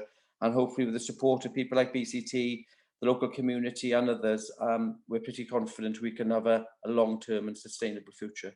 Thank you. Thank you very much, Peter. You've obviously been very busy considering that things have slowed down a lot, and you've got a very busy future to look forward to, hopefully, and it's a really inspirational story. Thank you very much. We're going to move on to Karen Roberts now. Where is Karen there? Karen is the manager of Penn Community Forum in Aberystwyth, a community-based community development organisation for the facilitation, planning and organisation of events and activities within and across the community of Penn. The forum provides a local community development service, supports local volunteering initiatives and community groups, and offers, amongst other things, a weekly youth forum, senior citizens group, Welsh language classes and a dementia support group. So now it's over to you, Karen, please.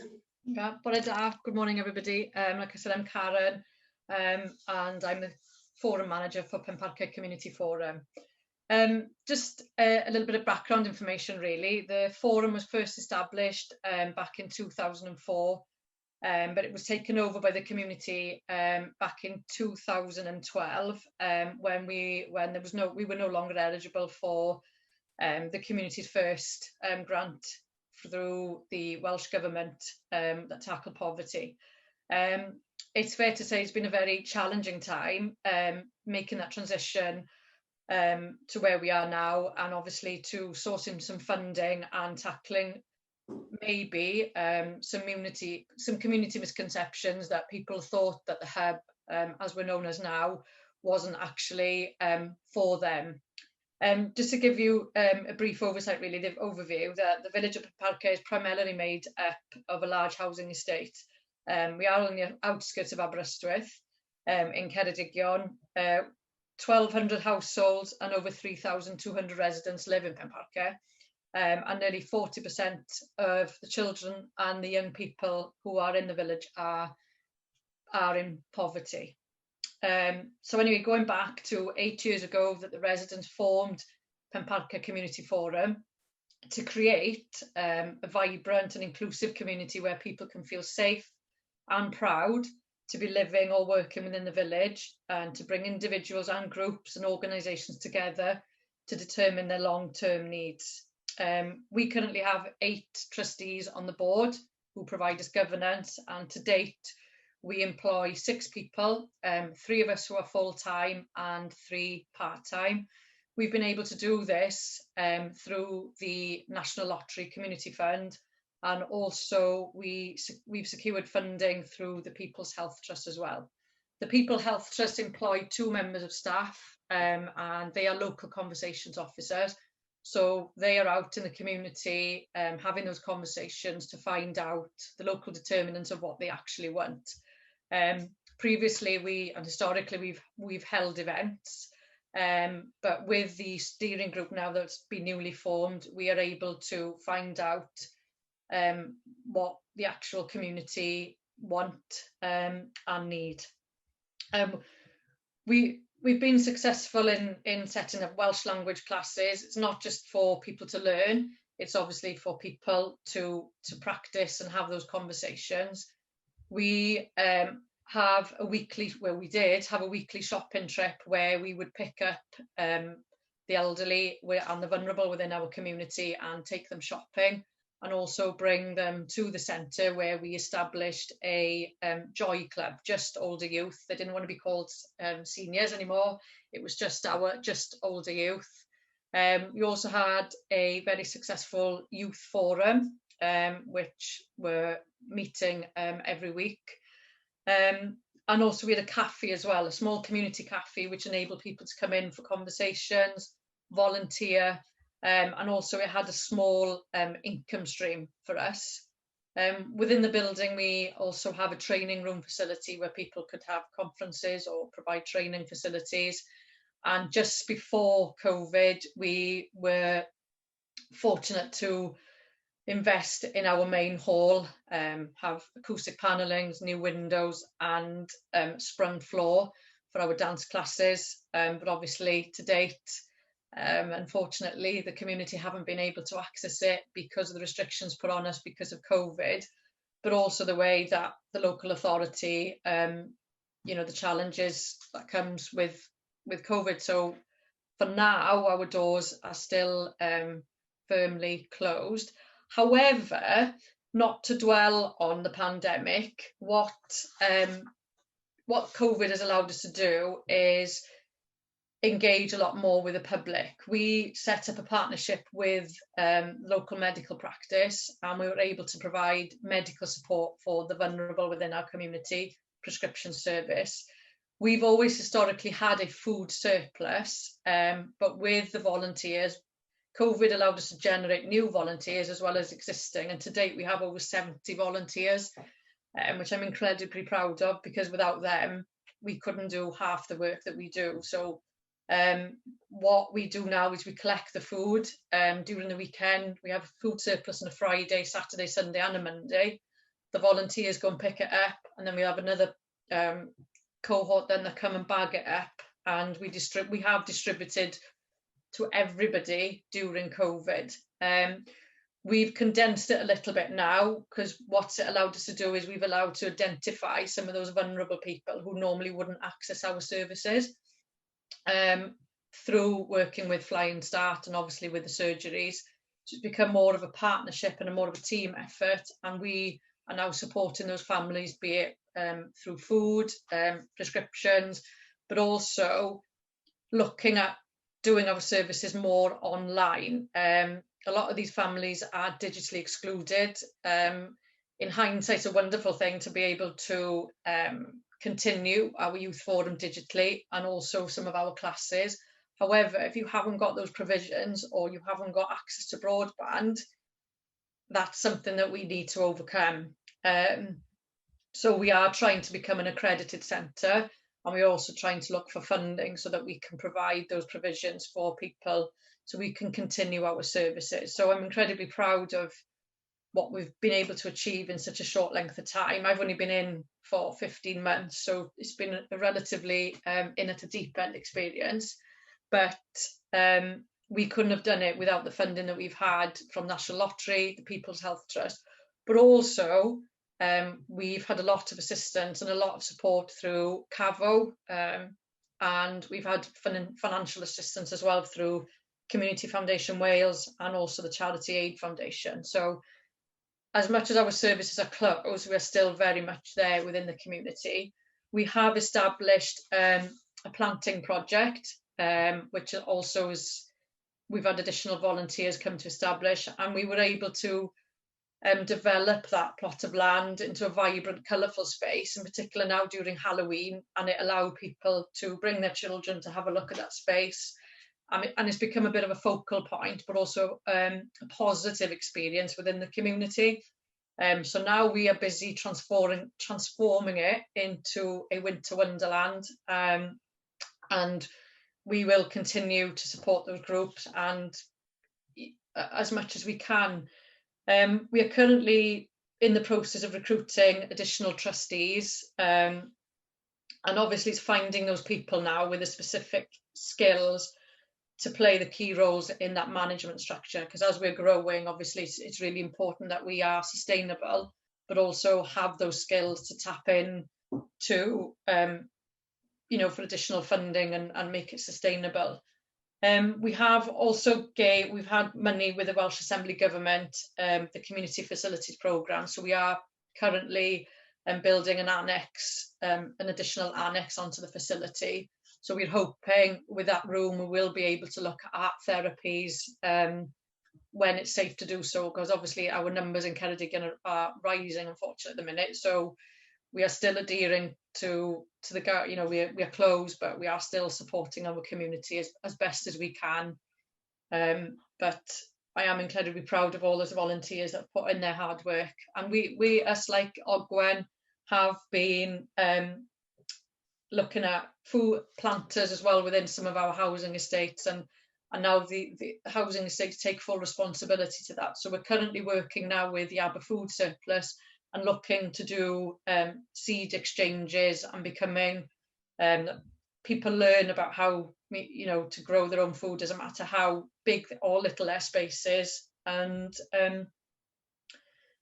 that's where we are really. So I'm incredibly proud and incredibly grateful to all the trustees, and incredibly grateful for this opportunity to, I'm sorry I didn't do any flash PowerPoint presentation, but we have been up against it.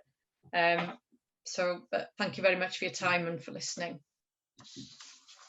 Thank you very much, Karen.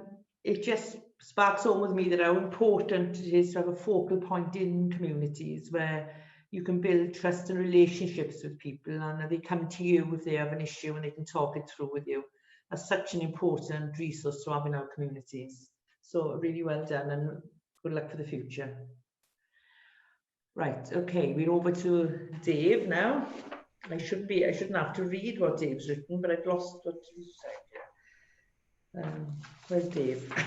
I've lost you a bit, Dave. That's all right, Leslie. I'm happy to introduce myself if it's easier. Oh, carry on, Dave. That'd be brilliant. Okay, Thank you. Let me share my slides first. Hopefully everyone can see this, and hopefully everyone can hear me. There we go. So yeah, hello everyone. My name's Dave Horton. I live in Cairo Estate in the west of Cardiff with my family, and I'm a development manager for an organisation called ACE, Action in Cairo and Ely. I'm going to tell you a little bit about the organisation and give you a bit of background about Ely and Cairo, and tell you what we've been up to, and in particular sort of how we think about our work and how we think about asset-based community development. But it's a real pleasure to be with you, so thanks for having me. It's been really interesting so far, just seeing some of the so many things that kind of resonate with our own experiences. So first of all, just a little introduction to Ely and Cairo. No doubt quite a few of you are familiar with the area, or have at least heard of it. It's a very large housing estate on the west of Cardiff. It's So we have a population of 26,000 people. And one of the challenges is the size of a reasonably large town in its own right, but with sort of fewer resources you might find in a community of that size. Really interesting social history for us. The First World War, after the First World War, Ely was built based on garden village principles, and Cairo after the Second World War. It's just really fascinating social history around why those houses were built and the philosophy behind them. So one of the things we do with the local people is unpack that history and try and understand what that means for our community life today. I guess the story of our community is familiar for many sort of post-industrial communities.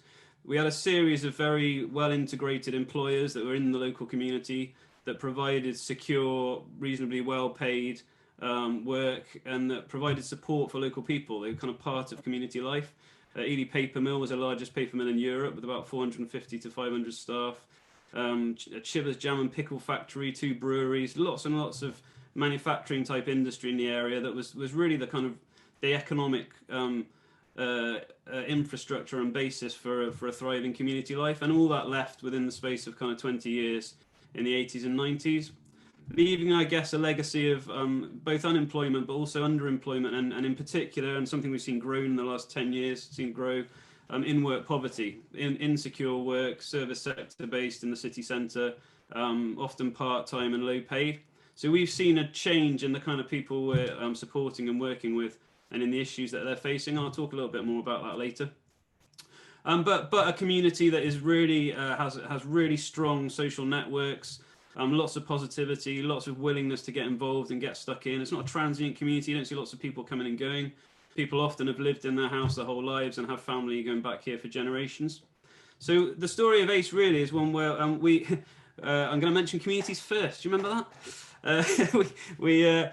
The organisation was built through communities first. Those of us who were working for the programme were initially employed by the local authority, and we were really keen to create something that put people in the driving seat, local people, that was owned by them and led by them, but also that had the capacity to manage projects, employ staff, take on buildings and assets, and generate income through economic activity and social enterprise that would sustain an organisation long beyond a single government programme. So we started planning for that quite a substantial amount of time ago, sort of 2009, 2010, which gave us, and we set the organisation up in 2011, so it gave us quite a considerable amount of time to then prepare and build the organisation so that when Communities First finished in 2018, we had something that remained, and we've been growing and building ever since. Just a bit about ACE's philosophy and values and our approaches. We're committed to having really deep roots in our community, having a physical presence, and we build our work on a network of relationships across our community. And we're really interested in ideas like social capital and building social relationships between people both within their groups and outside of their traditional kind of social groups. And in a way, that's what underpins all of our work. And a really, really important concept for us is that we've identified this issue that our community traditionally, for many, many years, has been seen as a problem that needs solving by other people. It has a particular story associated with it, and in some sense it's quite a literal story of the Ely riots in 1990, and this stigma, and people have over the years owned that stigma, and it's become part of the story they tell about themselves. So people don't see their community as a positive thing. They know there are positive things going on in it, but they're aware of how it's perceived, and they start to see themselves not as people who can contribute, but as people who need kind of helping by professionals coming from the outside. Now, we've been here long enough now to know that's not by any means the whole picture, that our community actually is a whole, a vibrant sort of place full of opportunity and potential and assets. It's not a term we're 100% comfortable with, but it's useful in as much as it opens up this concept of asset-based community development.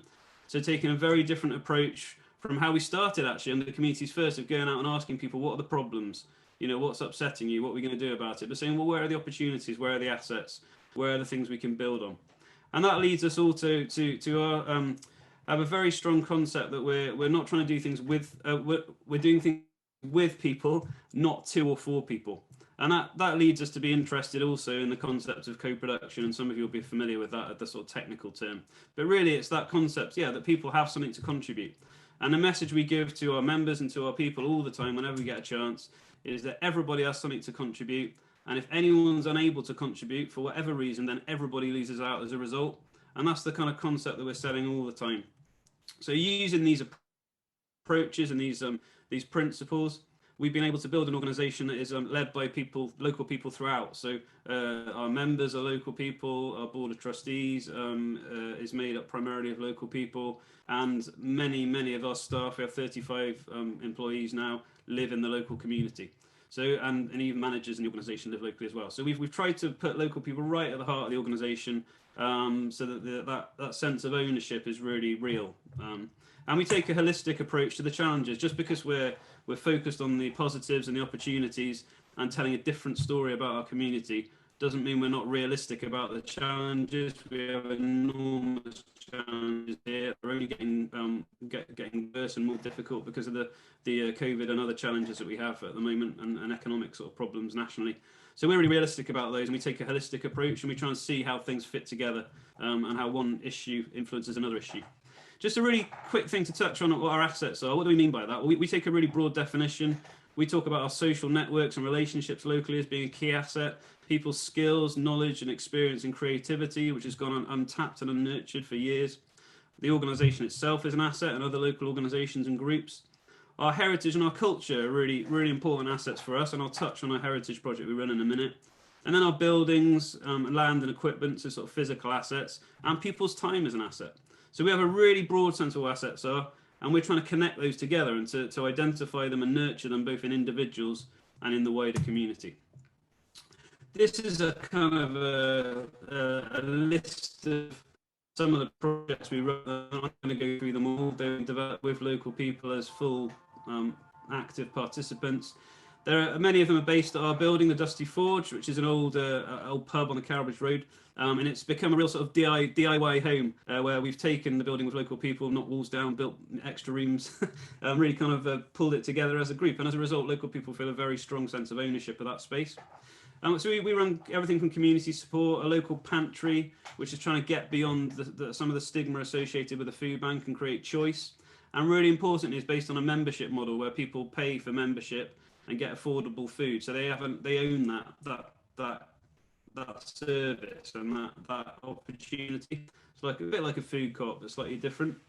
And we have kind of wood workshops and repair cafes going on, and community gardening, and a lot of the stuff that you'll see in other community centres. I'm going to touch really quickly on the Cairo Heritage Project. It's a really interesting example of asset-based community development.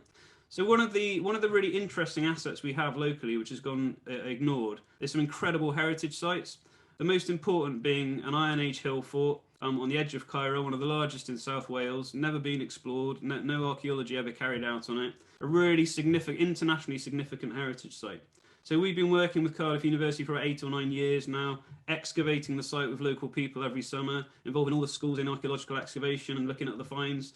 We had a 6-year-old lad from one of the local primary schools who was the first person to dig up a piece of Neolithic flint, and he was the first to uncover a 6,000-year-old history going back 4,000 years before what we thought, and discovered that actually this was the first settlement in Cardiff. The first human settlement in Cardiff was Cairo. So we use stories like that, both for kids like that to tell a different story about himself and about his community, and to say, actually, no, we're not just a marginalised community on the west of the capital city. We were the original Cardiff. So we like this thing of telling a different story together about our community. And we've done lots around the COVID response, as other people have, and very similar kind of work around getting food to people, developing new volunteer responses. And we're just able at the moment to bring people back into the building with social distancing in place, and that's been a real challenge. And but we're getting some stuff done. I was going to share a story, but I think I'm going to pass over that because I'm very aware we're short of time and we want time for questions. But just to say that a really important aspect of this approach for us is we talk, I mean, a lot of what we do is collective action. It's people working together, identifying things they can do together. But it's really important that the implications for the individual within that are really, really important. And what we tend to see is when we see real transformation for individuals and their families, is when we see people like Billy in the middle there with the cap on, who was unemployed for several years, at least 10 years, suffering from severe mental health and physical health problems, who came to us begging for a volunteer placement because he was on claiming job seekers allowance and they were making him do a placement. He came as a volunteer, He proved to have incredible people skills, as well as helping with maintenance and other tasks. We were getting thank you emails from Flying Start groups saying how helpful he was, and we ended up employing Billy for many years, and he was a key part of the ACE family. He turned his life around, he turned his health around, and he involved his kids, and they ended up going to college and other things. And you see that personal transformation when someone has a chance to identify what they can contribute and to nurture that contribution and have it celebrated in the context of community. Really quick final thing about challenges and opportunities. I realise that they're paired up, that each opportunity has an associated challenge and each challenge an associated opportunity. We've got a real opportunity to build on new interest in mutual aid and volunteering as a result of the crisis. But we've got a real challenge on our hands for our democratic system and our participatory democracy to connect with those local actions and engagements. People are perceived as, in our communities like ours, as not being interested in politics, while they're out feeding each other and they're out helping each other on their streets, and they're out interested in their kids' education and other things. They're just not they're not seeing the connection with democratic decisions that are being made higher up, and we need to rebuild our democracy on local action. We've struggled to keep co-production at the heart of our response because we can't bring people together in all the ways we've been used to doing our building. It's provided opportunities for digital and online communication, which we traditionally haven't been good at, so we've had to learn quickly. And we're also noticing that the pressure is less now from funders to be working with lots of people.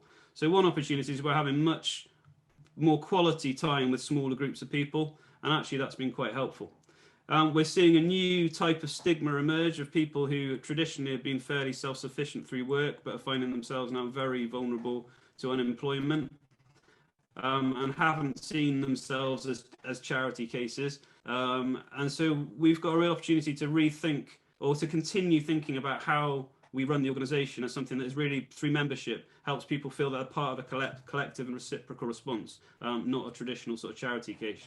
And finally, just the uncertainty around traditional funding, that it's been very difficult to know where funders are going long term. We've, like others, have accessed some of the emergency funding and been successful in that. We're not clear at all what some of the key funders are thinking about yet in terms of next year and the year after, and that's a concern for us. But again, there's an opportunity to think about how we rebuild economies at this time, local economies, how we use thinking around things like the foundational economy to continue developing services and activities for local people that also generate income employment for local people as well. That's it. That was a whistle-stop tour. I hope I haven't taken too long. And again, it's been a pleasure to be here, and thanks for letting me share. Well, thank you, Dave. There's definitely something for everybody in your organisations. Somebody can find a gap in there and do something for themselves and for their community. Fantastic. Lots of busy times. So we're all going on to the question and answer sessions now. So I'm going to check a few, and we've got quite a few, I think, again. Let's see where we are. So we've got one from Christian. Could community groups manage their own dividend investments to help Hardwire? It stops at that point, sorry. And, oh, sorry, human geography here. So I'm not quite sure. Somebody want to answer that? Can they manage their own dividends and investments? Anyone to answer? I can probably answer from an Iogwen's perspective, maybe. And there was a few questions about how we managed to raise the capital to build an Iogwen. So we set up a community benefit society and opened a community share offer, which was open for two months. And local people were invited to invest, and they did. So we were lucky enough to raise all the capital funds through that community share offer. And a similar project was actually happening in Llanberis at the time.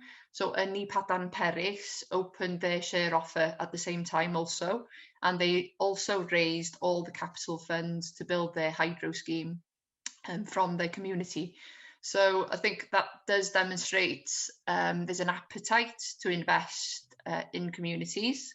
Obviously, with the hydros, there's a financial return, so they do get 3% annually at the moment, which will go up to 4% and then 5%. So you know, obviously there's a social, environmental and a financial benefit of investing. But there are examples where that financial incentive hasn't been as strong, maybe. So you do have examples of hotels, community-owned hotels in Llanfestiniog, so Penn, Llety Arall in Caernarfon, Menter y Plu in Llanystumdwy. They've also raised funds through share offers to actually buy and purchase hotels and B&Bs. So, yeah. Okay, thanks, Larry. Does anybody else want to add anything to that answer?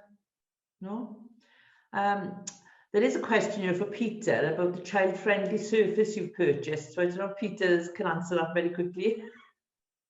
Is Peter still on the... Yeah, hello. Hello. Yeah.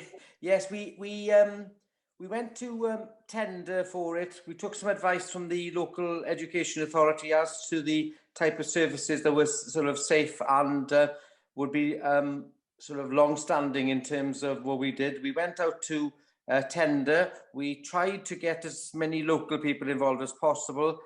We eventually got a Welsh company to do it. We went to Flying Start and to Invest Local to see how we would jointly fund it. It is quite expensive because obviously of the materials involved, and it has been now laid and the kids are delighted with it. And the good thing is mums have said no more muddy shoes when they come home from playgroup. So that's great. Thank you, but I've Peter. got all the details. If anybody wants it, they can contact me. I've got all the tender documents, service specification if that's needed. Thank you very much. Another question for all the panelists. What kind of measures and policies do you have in place with regard to safeguarding and managing risks? Anybody want to start? I don't mind commenting quickly. I mean, I've sort of assumed this is about, in particular, relation to the challenges around COVID and sort of managing safety for people in buildings, and I might be wrong. I mean, we have you know, the policies you'd expect in place around safeguarding children and vulnerable adults and the like. But yeah, so our approach to that has been, again, to try and put, to share responsibility with the people who have a stake. So we created a workbook quite early on when we could foresee in the future opportunities for having small groups back in the building. And staff and volunteers worked together to work through the workbook for each proposed activity. And they had to identify all the potential risk factors, look at the space they were thinking of using, thinking about how they'd spread people out, what kind of processes they need to go through when people came into the building, what kind of information they need to take from people, what kind of guidance they needed to give to people about how they behave when in the building, and then what needs to happen afterwards in terms of hygiene and sort of cleaning the place. And so we had a really rigorous kind of, rather than just presenting people with rules, a rigorous sort of workbook process that people went through around thinking about a particular activity. And again, with the aim of just putting the power in people's hands, really, and making sure they owned a response together. So that then sort of led to a risk assessment falling out at the end for each activity. So we've now, for each space and for each activity, got a fairly well kind of thought out risk assessment. But obviously the other thing we're doing is keeping it under review as management all the time, just around the new guidance that's coming out. One of the challenges has been the guidance changes week in, week out. So it's very difficult, and it's the key for me is always having those ongoing approaches to communication that allow you to keep the conversation alive, rather than dry policy documents that actually sit on a shelf and don't really get implemented anyway. Absolutely, they've got to be a working policy, haven't they? Really, working systems. Some of you have taken out prescriptions and things and delivered to houses. You probably would have had to do more than just look after the centres that you work within, because your volunteers need to be checked as well. I'm taking it, and like, you know, just you know, the CRB thing, DBS, sorry, not CRB. Say how old I am. So, has anybody got any comments about outside of centres and activities, or is it the same? Yeah, it's pretty much the same, to be honest, Leslie. I mean, we're very fortunate that we work with Cairo, who provided us with a small grant to allow us to provide PPE for some of our volunteers, as well as the Community Fund Wales. But in terms of risk assessing, then, you know, with Cairo, they set up the Public Service Board, so a lot of that documentation was fed through that, and we're really incredibly grateful that for people like Cairo who assist us. I think, like Dave was saying, it just becomes reams of paperwork, and your time is taken up reading all of these things. But when those kind of meetings are set up, there is a clear line of communication, which has been inevitable really for us to continue with the services that we provide. Definitely.